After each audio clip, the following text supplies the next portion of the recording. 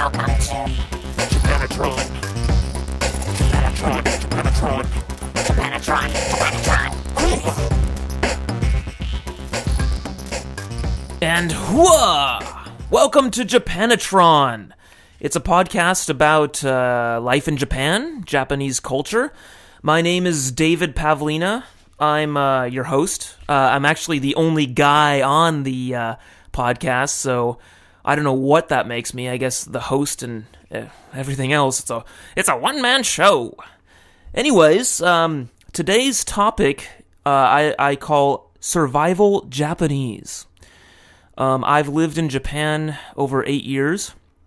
I am by no means an expert in the language or anything else here. However, I like to just kind of present an outline and a list of some tips and tricks that have helped me through the years of, living, while I've been living here and studying the language and everything. So maybe, anyone interested in Japan, or maybe who's just moved here or interested in moving and living here, might be interested in this. So let's go through this. I broke this up into two parts. We have some basic skills and some advanced skills. Okay, so we're going to cover the basic first. Now, when studying Japanese and when first coming here, and maybe you have zero Japanese knowledge or whatever, one of the first things you learned is that hi means yes. It also means kind of an acknowledgement that you just heard what the speaker said. So it's kind of like the English equivalent. The English equivalent would be or yeah, or yeah, that kind of stuff. So when you come to Japan, you hear Japanese people saying hi a lot. You hear it a lot. Okay, and when you start studying Japanese, you kind of start to mimic it. And I can't recommend this enough. And I have a technique. Number one, I like to call hi through it. Okay? Now, inevitably, when you start studying Japanese, people will speak to you, and it'll be way too fast. They'll be using words you don't know, and you will be completely lost and not know what the hell is going on. So that's where the tip hi through it comes in. You just sort of keep saying hi through the thing until it's over, till you get to the end. Okay?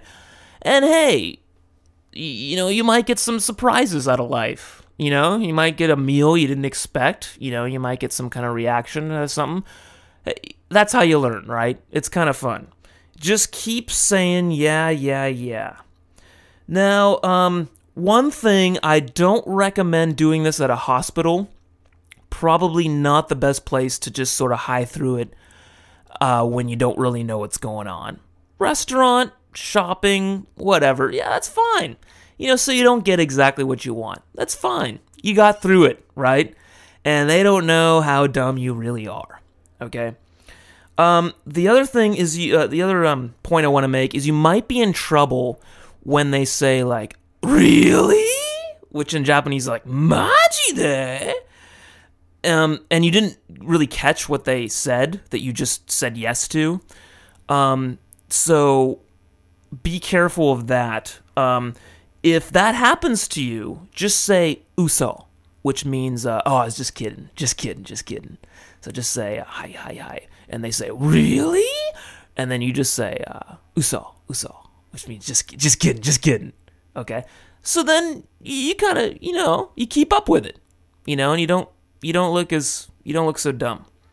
I do have one funny story, is that when my now wife and I visited the U.S. for the first time, she was worried. She was saying, I don't really know what's going on. In English, they're speaking so fast. What do I do? And I said, just keep saying yeah. Just say yes through it. Just do the same thing, like what I do in English. So we went to a restaurant, and I had a couple of my friends there, and my wife was there with us, and all of a sudden, just randomly, this giant ass chocolate volcano brownie thing shows up. It's like the biggest dessert I've ever seen. It's got like a volcano and like a chocolate fountain and like waterfalls coming out of it. And it's got like sparklers on it. And they set this thing down on the table. And I'm like, what the hell is this thing? And my wife sort of laughs and says, I think I ordered it. I just kept saying yes when the waitress came. So apparently the waitress came, my wife didn't know what was going on, and she had agreed to this giant chocolate volcano brownie thing. So, yeah, hey, no harm, no foul. You know, we enjoyed the giant chocolate volcano water fountain thing. And, yeah, that's the kind of thing that you can expect in Japan when you high through it. But I cannot recommend that technique enough. It has gotten me through many an awkward situation. Just keep saying hi.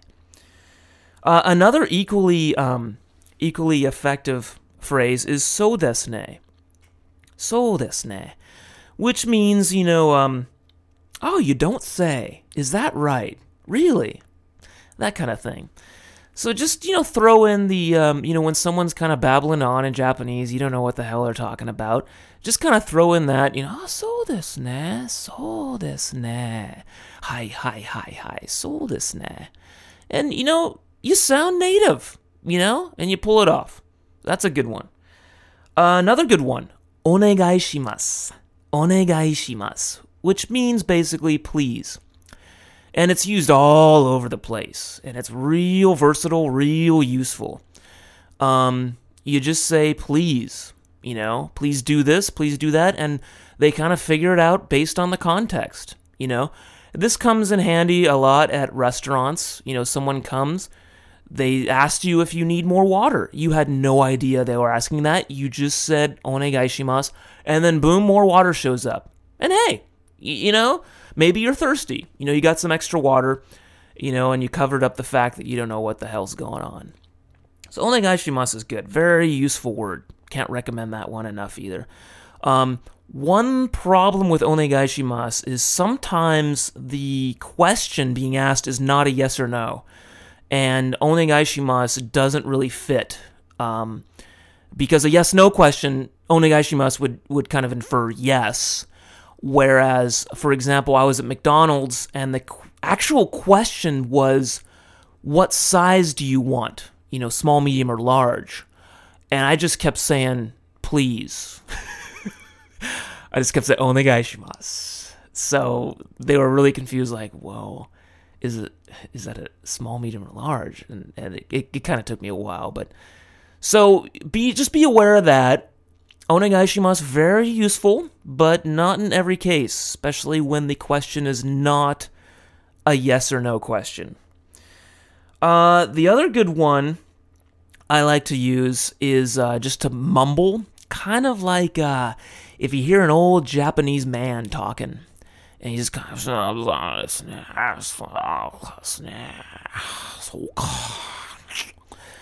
of making these like mouth noises, and you'll pick up on it if you live here, and you'll hear the language being spoken by especially old Japanese men, preferably drunk, will do this a lot.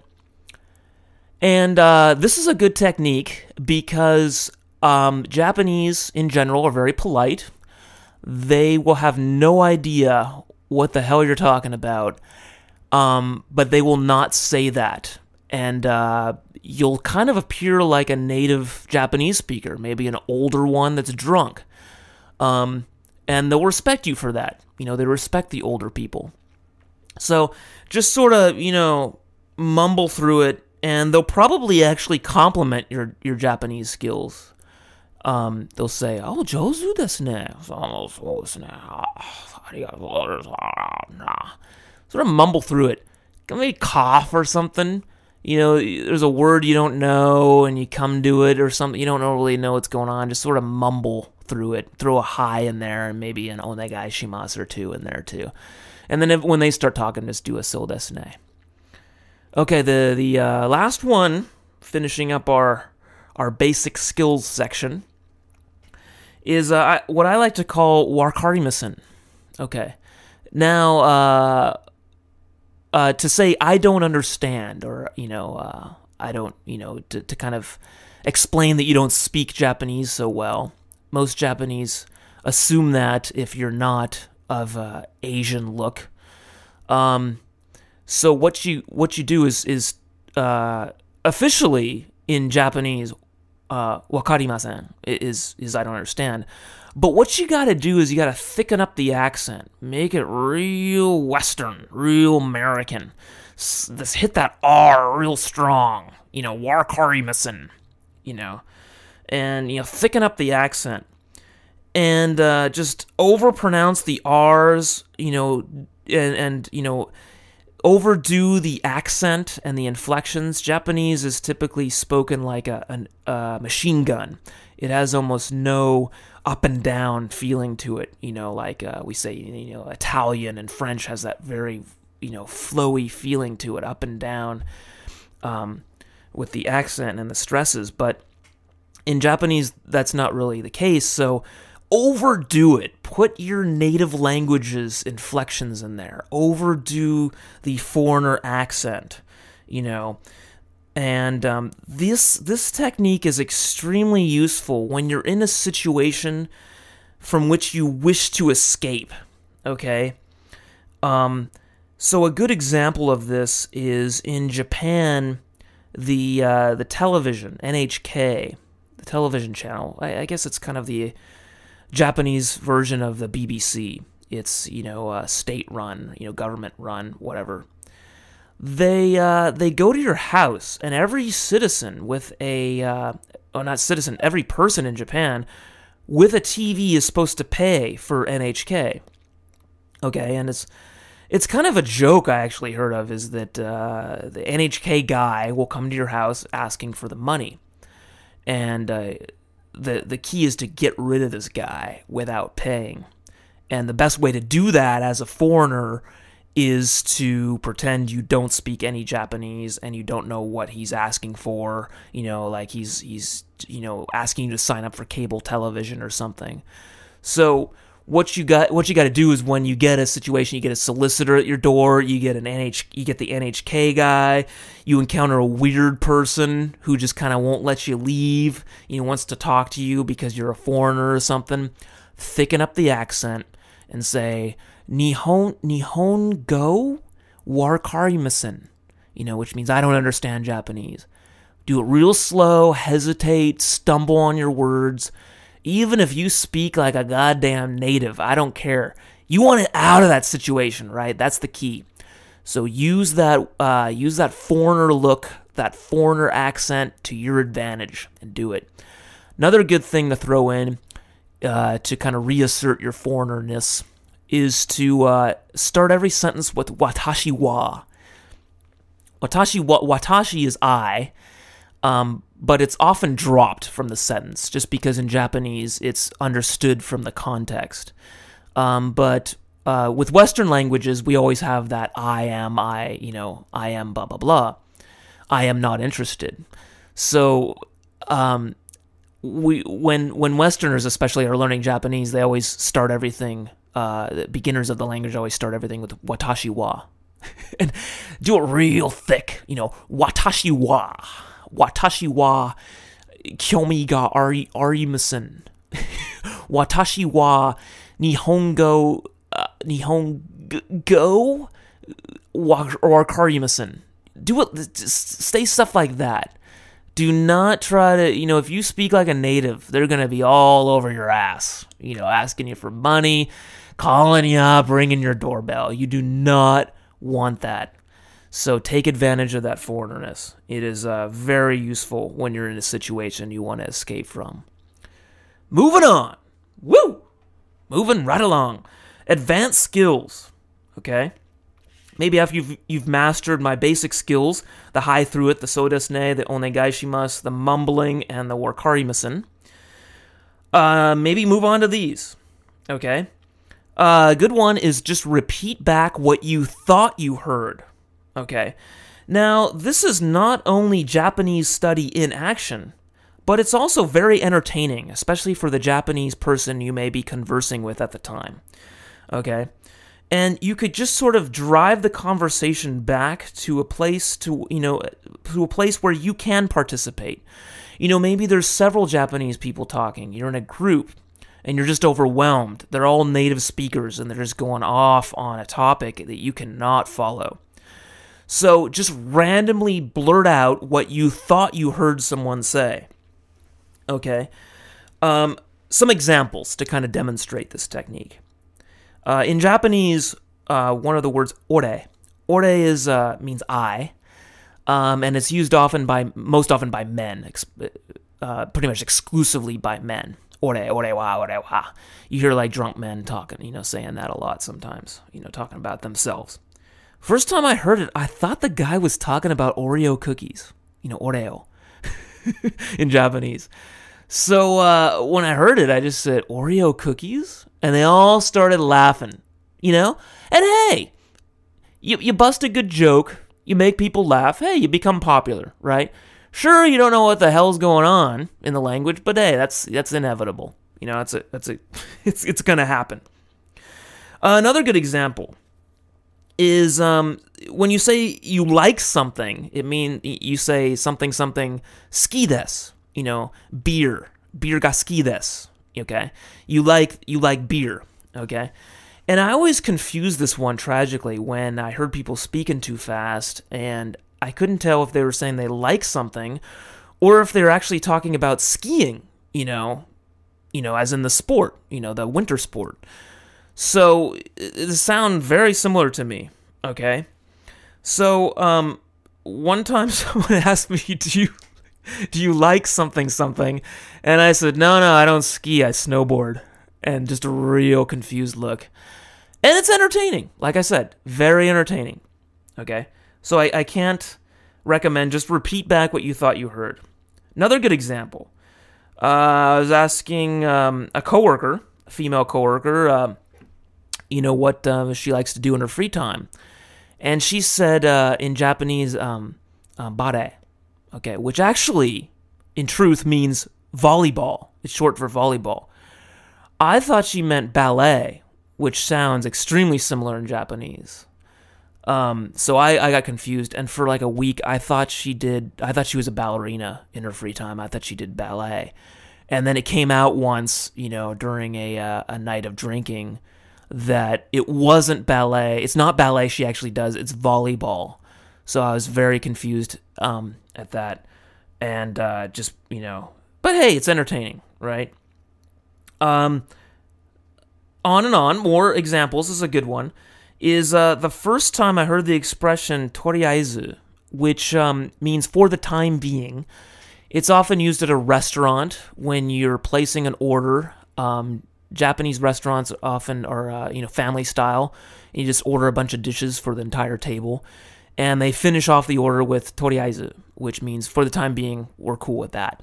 Okay, and maybe we'll order something later. But for the time being, we got that. The first time I heard that, I thought in Japanese they said tori no aisu, which means tori is bird, and aisu means ice cream. So I thought they said they wanted to order bird ice cream. So yeah, be careful. Entertaining. Once again, repeat it right back. Hey, did you just order bird ice cream? You are a very entertaining person if you do this. So it's good. And it's not only entertaining, like I said, it is Japanese study. You will figure out, you will remember from these experiences that you had that toriaizu means for the time being. It is not bird ice cream. Okay? And I have another, for the last example here, I have a good example for the flip side, where what you thought you heard is wrong or something, or your pronunciation is a little off. I had a friend of mine who lived in the U.S. She's Japanese. She studied English. Her pronunciation was a little off on the word Coke, as in Coca-Cola. She confused it with the word cock. So at McDonald's, she once ordered a Big Mac and a large cock. Okay? So, entertaining, right? Okay? Japanese study, English study in action. It's a lot of fun. Repeat back what you thought you heard. Just blurt it out. Say it. And maybe if, you'll figure out the correct way to say it eventually. Someone hopefully will eventually correct you. In Japan, probably not as much as in America. Okay, next advanced skill. I like to make a point. Don't try to be a Japanese person. Maintain your foreignness. This is what makes you unique here. Unlike in America, you will never be fully Japanese. When my wife and I visit America, we walk down the street. No one really can tell by looking at her that she's not American, especially in a big city like LA. In Japan, I walk down the street. Everyone knows I'm not Japanese. Of course I'm not. Maintain that. It is an advantage. You don't have to be completely Japanese. You're really never going to be accepted as such. As you get better at Japanese, at the language, more immersed, and you become kind of part of the culture, a lot of the culture and the language just becomes second nature to you. Don't slack on the basic stuff. And I myself find that I'm a victim of this, that I look back when I first moved here, and I kind of miss the innocence and the entertainment that I provided to Japanese people.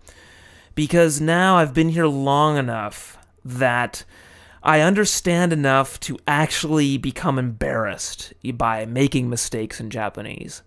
Whereas in the beginning I was too dumb to become embarrassed. So, a good example is if you're a dude, open the doors for women. It's not done here. But because of that, you will be unique, and they're like, oh, the nice foreign boy, open the door for me. You can't do it in every case. In Tokyo, you got 1 billion people walking through the door. You can't always hold the door open, but let the woman go first, exiting the elevator. Maintain the foreignness. That's what I would say. It is really an advantage, and I kind of miss that. Sometimes I just find myself, I've become too immersed, and I kind of forget the basics. Another good example is the old "O genki desu ka?" Which is the first thing you learn in your very first Japanese lesson, probably, is your hajimemashite. It's your nice to meet you. It's your "O genki desu ka?" How are you? How are you doing? And, it's funny. I don't really hear Japanese people saying it these days. I do live in Tokyo, and Tokyo people are known, unfortunately, for being kind of cold. So, say like in the morning when I run into a coworker, I say, "Oh, genki desu ka?" and thicken up the accent a little bit. Makes it kind of funny. And it kind of throws them off, believe it or not. A little "how are you" in the morning I don't hear it much. I don't hear Japanese people saying it much to each other. It's usually a good morning and, it's cold today. You could do that, but, if you just maintain your foreignness and you throw in that Japanese level 1, your first week of Japanese, you throw that in there. I don't know, to me, it keeps it entertaining and it keeps it fun. It keeps Japan, exotic, which is the reason I originally moved here. So that's why I like to keep doing that, if I remember to. So another good example is to kind of maintain the wacky foreigner status, is Japan loves point cards. Okay, you go to a store and they always have this card where if you buy something over a certain value 10 times, you get a stamp every time. Maybe McDonald's has one. Every store has one of these, and they're always asking you, if you want this point card. So you're gonna have a wallet just stuffed with point cards. After having lived here for just a few weeks or so. So I always like to do a little bit. Well, not always, but sometimes if the situation sort of calls for it, I do a bit where I got the point card and they're stamping it, and I ask them, "Hey, can you give me like 2 stamps this time? Come on, like I'm a nice guy. Give me 2 stamps instead of just 1." Or you try to kind of like negotiate for the actual stamper, which would be awesome, because if you had the stamper, you could just stock up on point cards and fill them all up and then you just have free meals or free whatever for life. So just kind of, maybe the clerk is cute. Flirt with her a little bit. Bust this little like point card bit. Work the foreignness. That's what I'm saying. Advanced technique, but it's a lot of fun. Okay? Not even that advanced. Work the foreignness. Japanese people cannot get away with this stuff. They never pull it off, and they never do it because they'll be way too embarrassed. F that. Do it. You're a foreigner. It's fun. You're not hurting anybody, and it's a lot of entertainment. And hey, you might get a cute girl's phone number out of it, cute guys, a good-looking guy's phone number out of it, whatever. Whatever. You could obtain your dream with this. Okay. Last skill, probably the most advanced, is called the oyaji gagu. Okay, this is the old man jokes. Okay, the cheesy old man jokes. Okay, really lame jokes that old men like to say.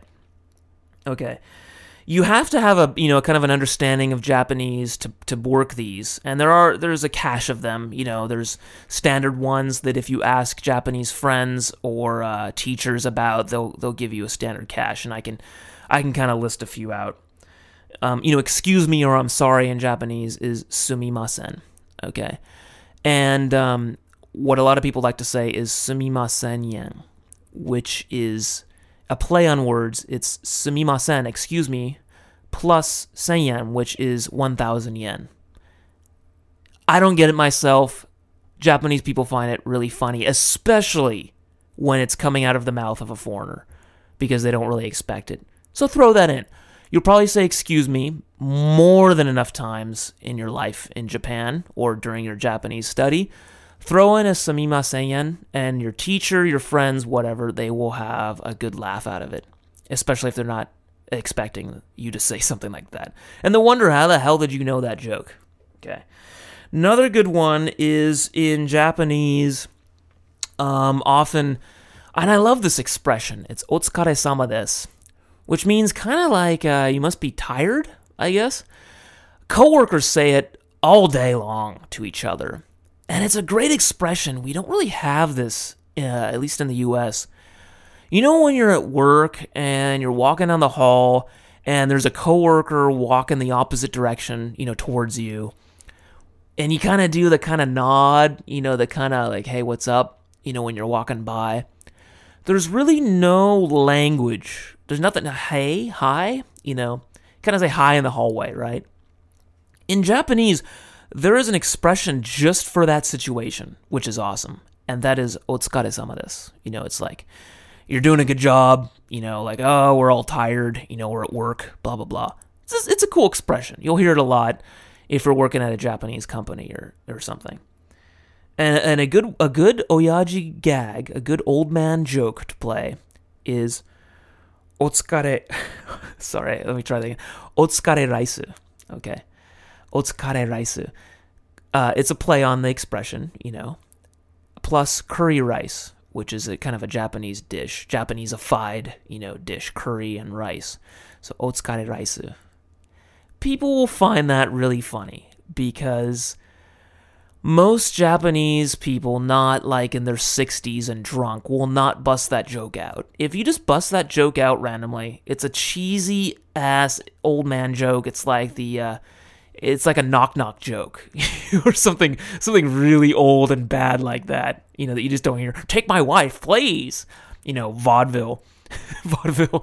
So bust those out. Do the oyaji gags. If you come up with your own, good for you. Do them. Play on the words. The advantage you have as a foreigner studying Japanese is that oftentimes you can kind of mix English in, or maybe you'll see that Japanese sounds like something in English or something. You can kind of do a play on words. Often, knowing your native language and studying Japanese will put you at a distinct advantage because you'll hear something that the native speakers will not hear, And so in that way, you can be very skilled at these old man jokes. So I cannot recommend those enough. They will make you very popular, especially with the opposite sex or whatever whatever sex you are interested in. And make you very popular with Japanese people, just in generally speaking. God damn, I can't talk anymore. You notice that? Like, my English sucks. I've been in Japan way too long. It's like my English skills have just gone down the toilet. Jesus. Okay. To conclude, let's wrap this up. I like to say a little Japanese goes a long way. One of the things I really love about Japan is that as a foreigner that does not have an Asian look, this does not apply, unfortunately, to people of Asian descent. Japanese Americans or Asian Americans, for example, come over here and they have a lot expected of them because they have an Asian look. They're expected to speak Japanese very well. So it really sucks if you are Asian and you don't speak a word of Japanese, because a lot of times probably Japanese people will look at you and just start babbling off in Japanese. But for anyone else of any other race, you have the advantage that you don't look at all Japanese, likely, and Japanese will not have expectations, will not have any expectations probably of when it comes to your Japanese skills. They will not expect you to speak any Japanese. So, if you bust out, just the little, konnichiwa or o genki desu ka, or the sayonara, they'll be like, whoa. They'll be surprised. They'll be taken aback. And that little bit of Japanese, just a week's worth of study, a few hours on the plane, it'll get you a lot. Okay? And Japanese service is excellent, generally speaking. It's fantastic. Just a little Japanese thrown in there, they'll just go even more out of their way to please you. And I have a good example of this. When I lived out in the countryside, teaching English, I lived out in Tottori. One of my favorite stores was Jusco, which now is called Eon. It's kind of like a Walmart. Huge store. And I'd often go shopping there. It was really close to my house. There's a grocery store there and everything. And oftentimes I could not find anything because the written language kanji is terribly difficult. It doesn't use the alphabet. So I could never read anything. I couldn't find stuff. So I would just ask for help because speaking to me was just a lot more fun. So I would ask, like, excuse sumimasen, and just that by itself, just an excuse me. And there'll be like 10 people would just, store workers, clerks would just surround me and swarm me and say, whoa, what do you need help with? Because just a sumimasen, if you say excuse me in English, they will probably run as fast as possible away from you because they do not speak English and they do not want to deal with you. But if you say a little sumimasen, even thickly accented, it'll probably get you some pretty damn good service. A lot better than you'd get probably than if you only spoke English and you're putting them in an awkward situation. Because a lot of times Japanese people, even if they do speak a little English, they're embarrassed about it. So if you appease them and you speak a little Japanese, it'll get you a lot. A little Japanese goes a long way. And that concludes this episode of Japanatron. Thank you very much for listening. Good night, everybody.